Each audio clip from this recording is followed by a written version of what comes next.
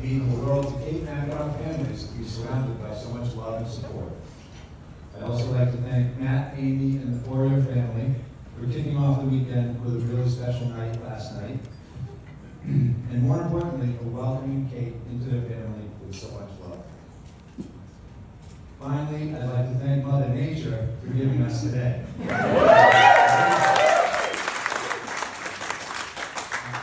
had the privilege to speak at various events over the years. My aim was always to say a few meaningful things about the occasion and the honorees, and get a few laughs along the way.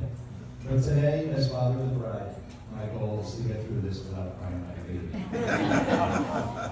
So I have the honor and the challenge of talking about my daughter, Kate. As most of you know, Kate is my only daughter, which means she holds a very special place in my heart. And from the day she was born, she has brought light, laughter, and a little attitude into my life. So let's talk about the attitude. It started very early in her life.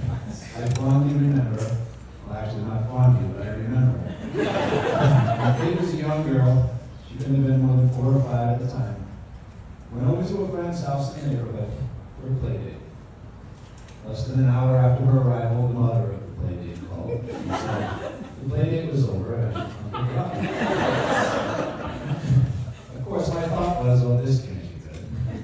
Something must have happened. So I asked what happened, thinking the mother's probably overreacting, we'll get it straightened out. So the mother explained very nicely that the girls were fighting over a toy, and so she leaned in and nicely asked Kate to let go of the toy.